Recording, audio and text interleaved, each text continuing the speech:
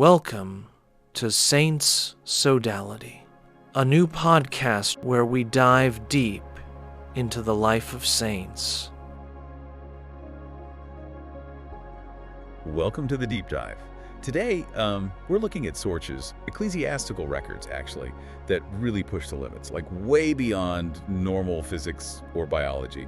It's about belief itself. Definitely. We're diving into these alleged supernatural abilities of various saints, and we're focusing quite a bit on Padre Pio. He's a more modern case, and, well, surprisingly well documented. Right, so our mission really is to sift through all these testimonies. Some go back centuries, others are more recent. We need to see what the documents actually claim happened. Exactly, and this isn't about, seeing ghosts or having visions. The claim here is physical presence, being bodily in two distinct places at the exact same time. Which is called bilocation. And maybe the most mind-bending example right off the bat, Padre Pio.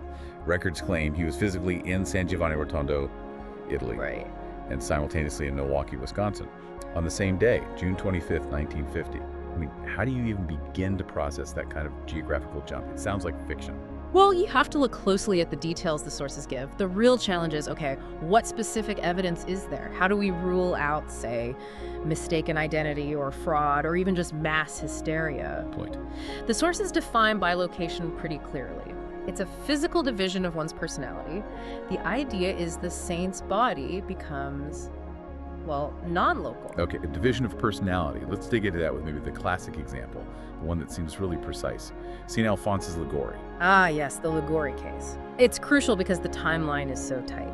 So, morning of September 24th, 1774, he collapses in his armchair. This is at his parish, St. Agatha of the Goth. Collapses. Yeah, and he just stays there, utterly motionless, silent, completely unconscious, for over 24 hours. His attendants were, understandably, terrified. They thought he was near death. Wow, so basically in a coma.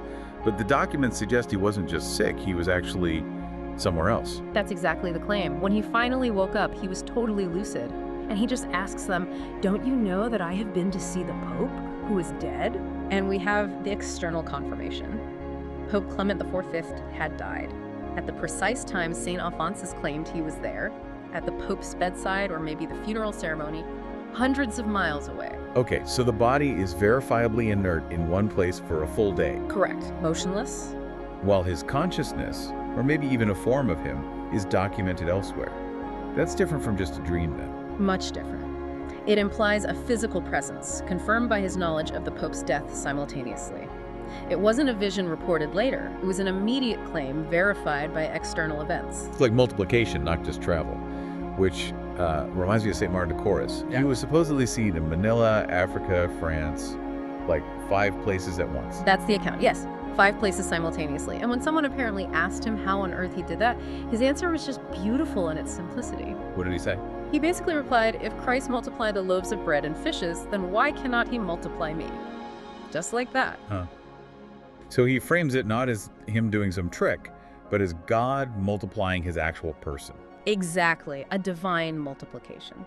And Padre Pio himself, when his own doctor, Dr. Sanguinetti, asked him point blank about being in 2 places, Pio gave this really short, maybe cryptic explanation. It's kind of the only insight we have from him directly. Yeah, it's fascinating. Pio confirmed he knew it was happening, that he was aware of it, and he said it was possible by a prolongation of his personality. A prolongation of his personality. That phrase really sticks out, doesn't it? It feels like the core idea in all these sources. It does. If yourself, your personality, isn't strictly locked inside your physical body, maybe consciousness acts more like a field? Is that what these sources are suggesting? That's certainly one way to interpret it. The sources seem to treat the body as just the localized point for a personality that can extend its influence, or sometimes apparently extend its actual physical self over great distances. Usually for a purpose, right? Like offering help or spiritual service. Almost always, yes. That seems to be the driving force behind these events in the records. Okay, let's look at that service aspect with Padre Pio. Yeah. Because the sheer number of documented cases for him is just huge. Beyond the big international ones, Austria, Uruguay, Milwaukee, lots of stories show him using bilocation to get around physical barriers. Like when the needs of someone's soul were more important than, say, monastery rules. Right. A perfect example is what they call the locked room miracle.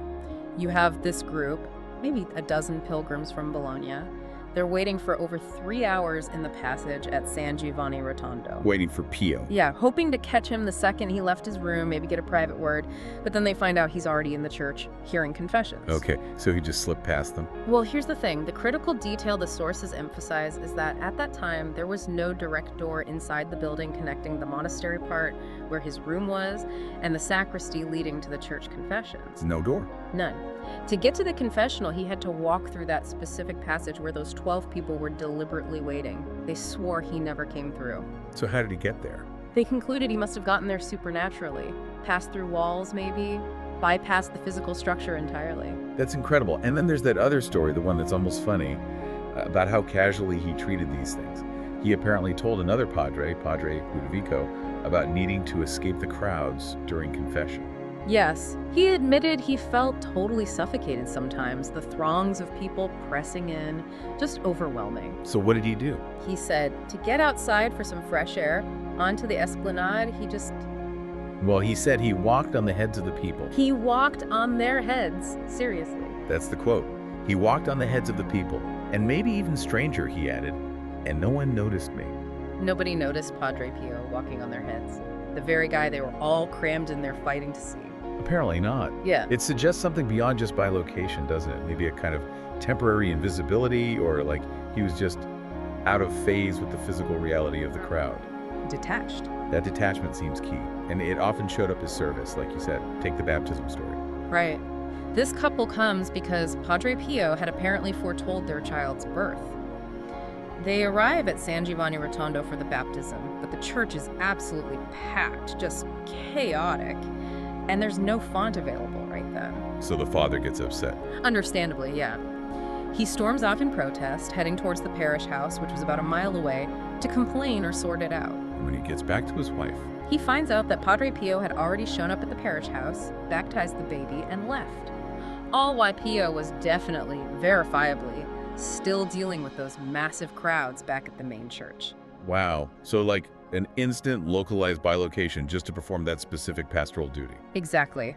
The need arose, and he was apparently there. And it seems like this prolongation of personality didn't always mean a full physical body showing up either. The sources talk about subtler forms too. Oh, absolutely. One common form mentioned was purely auditory. His spiritual children, people devoted to him, reported clearly hearing his voice, sometimes in dreams, sometimes maybe even when awake, giving advice, or sometimes a stern reproach no matter how far away they were. Just his voice. Just the voice. But maybe the most widely reported sensory detail wasn't auditory, it was olfactory. The smell. The perfume. Yes, that distinct, strong fragrance often described as roses or violets. Witnesses consistently reported this inexplicable scent accompanying his appearances, or sometimes even just when someone prayed intensely, recommending a soul to him from afar. That smell is such a specific, recurring detail across different accounts. It feels strangely compelling as evidence, just because it's so concrete and unexpected. It is oddly specific, isn't it? Now, Yeah. maybe we should shift slightly, because the sources suggest these feats, like bilocation, often had precursors, phenomena that sort of prepared the body. Levitation is often mentioned first. Levitation, like floating. Yes, floating. The sources often describe it as the first, maybe involuntary phase of these supernatural gifts. It frequently happened during moments of ecstasy. Okay, we need to define ecstasy here, in this context. It's not just being happy, right? Not at all. In the ecclesiastical sense used in these texts, ecstasy is a profound spiritual state. It involves, crucially, the temporary suspension of all the normal external senses. Your sight, hearing, touch, they're sort of switched off locally. So the body's still there, but the sensory input is cut off. Pretty much. And the claim is, once those senses are suspended, the body sometimes starts to defy gravity. Any examples? Plenty. Then, Mary of Agreda apparently often rose off the floor after receiving Holy Communion. St. Agnes of Bohemia was seen raised about 4 inches. And St. Louis, well, he was known to sometimes remain suspended in this ecstatic state for days, 3 or 4 days at a time. Days. Wow. So the sources explicitly link this deep spiritual withdrawal to escaping physical limitations like gravity. They do. It's presented as a direct consequence. The spirit detaches, and the body's ties to normal physics loosen. Okay, so if bilocation is projecting yourself physically, and levitation is escaping gravity, then there's also invisibility escaping sight. How did that work? Was it the saint controlling it? Sometimes, maybe. The sources mention St. Lucianus could just make himself unseen when he didn't want to be bothered walking down the street. But often it's framed differently. It's presented as God intervening. God making them invisible. Or maybe making the observers unable to see them, like with St. Francis of Paola. 60 soldiers sent by the King of Naples to arrest him. They walked right past him while he was praying. The interpretation wasn't that he vanished, but that God blinded the soldiers to him. Okay, so it's about the observer being affected. Like with St. Vincent Fur, when Queen Violante tried to barge into his cell. Exactly that case. She couldn't see him, even though he was right there. St. Vincent later explained it by saying God was covering her eyes as a sort of punishment for her intrusion. So it's less like a superpower the saint turns on and off, and more like a divine intervention shielding them, an external act. That's often how it's presented, yes. An act of God for the saint's protection or purpose. And it wasn't just controlling their own bodies or perception of them. Some saints reportedly commanded the actual elements. Yes, demonstrating a kind of mastery over the material world itself. You have stories like St. Peter of Alcantara crossing the river Guadana, which was swollen with rain, really dangerous, but he just walked across, supposedly without even interrupting his studies, dry. Just walked on water, essentially. Or through it without getting wet.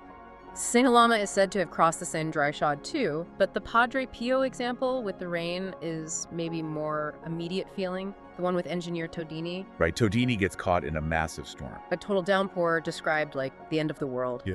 He asks Padre Pio for shelter, but Pio refuses. Instead, he says something like, "Don't worry, I'll go with you," then clarifies, in the spirit, of course. In the spirit, so not physically. Not physically walking beside him. But Todini then walks through this absolute deluge. Yet where he is walking, it's barely sprinkling, just a few drops. And when he gets to his destination, He's dry. Perfectly dry. His clothes, everything. It's as if Pio's prolonged personality, his spiritual presence, created a localized bubble of dryness around Todini in the midst of the storm. That's amazing. Okay, let's shift towards healing and faith, because these gifts always seem tied to a deep spiritual need or context in the sources. The healing accounts are particularly striking. Like the Genoa case. Mrs. Devoto, yes. Her leg was in a terrible state, scheduled for amputation, gangrene probably. Her daughter prayed desperately to Padre Pio. And Pio appeared. In a vision, according to the account. He simply told the daughter, wait for 9 days, and then vanished. So they waited. Against medical advice, presumably. We assume so. And on the 10th day, the doctors examined the leg again and were just astonished. It was completely healed, no need for amputation at all. Wow, and there's that intense rescue story too, the teacher accused during the fascist era. Yes, accused of providing arms, facing execution. Her sister was hiding nearby as soldiers started looting their place. Suddenly, she hears this powerful, commanding voice shout, "Enough!" And she instantly recognized it as Padre Pio's voice. And the looting stopped. Immediately. Later, the execution itself was halted, something about the commander freezing up, and then she was rescued. When the teacher later managed to thank Padre Pio, he confirmed he was involved. He told her, "My child, how much your faith caused me to run." Caused me to run. Yeah. So her faith actively triggered his intervention. That's exactly how I put it. The gift was deployed directly in response to that desperate faith and prayer. But the sources aren't just miracle stories. There's a really important cautionary tale in there too, the radium case. It feels like a stark warning about faith versus, well, human solutions. It's a very powerful lesson, yes. This woman had been cured of cancer through Padre Pio's intercession. The sources state the cure was complete, undeniable. Okay, a miracle. But then, later, she listened to a radiologist who suggested a new application of radium, just to be safe perhaps, trying to sort of supplement the miracle with the latest medical tech. And what happened? The pain came back immediately, the healing reversed. Oh, wow. And Padre Pio was furious. He apparently rebuked her husband quite fiercely. He said something like, "You wanted to complement the miracle with useless and perhaps injurious cures. Why? This humanity has eyes but does not know how to see." Eyes but does not know how to see. That's blunt. Extremely. The message in the source is crystal clear. In this specific context, divine intervention and human clients were presented as mutually exclusive paths. You had to choose one. Trying to mix them negated the miracle. So pulling all this together, looking across all these accounts, these phenomena, bilocation, levitation, visibility, controlling elements, healing, keeping, they aren't just random, isolated flukes, are they? Not according to these records. They're presented as recurring, documented events across different saints, with Padre Pio being a very modern, very documented example. Whether it's crossing a river without getting wet, or supposedly flying to Rome overnight with a relic, or showing up in Milwaukee. There's a common thread, isn't there? The spirit somehow completely overcoming the body's normal limitations, often through achieving some kind of total detachment. That detachment really seems central. We started with Padre Pio calling it a prolongation of his personality, and maybe we should end by looking at the physical state that seems to enable it. Saint Teresa of Avila noted that during the highest flight of ecstasy, nothing is seen or heard. Right, the senses shut down. And the records about Padre Pio seem to confirm this physical non-responsiveness during his own ecstasies, especially during Mass. They do. They say his state was so deep he was essentially numb to external stimuli. They mention specific tests, even like the blinding flash of an old camera taking a 3D picture right near him, or even the loud beating of the most powerful kettle drums. Yeah. He apparently wouldn't react at all. Completely oblivious. The body is there, but it's silenced locally. The mind, the spirit, is detached. So we've established the claims. The body could be physically present in two places, or suspended, or immune to rain. And we know that during the ecstatic state linked to these things, the sources say all local senses shut down, nothing is seen or heard. Pio was documented as being numb to intense light and sound. So here's the final thought for you, the listener, to maybe wrestle with. Could the ultimate secret behind these phenomena, like bilocation, simply be that the spirit achieves such a profound silence of the body's local communication systems? That it basically frees the personality or even the physical form itself to project or manifest elsewhere. Is that what prolongation of personality truly implies? What kind of state, what kind of, spiritual physics would allow that level of silence and detachment? Something fascinating to consider. Thank you for joining us for this deep dive. We look forward to exploring the next set of sources with you soon.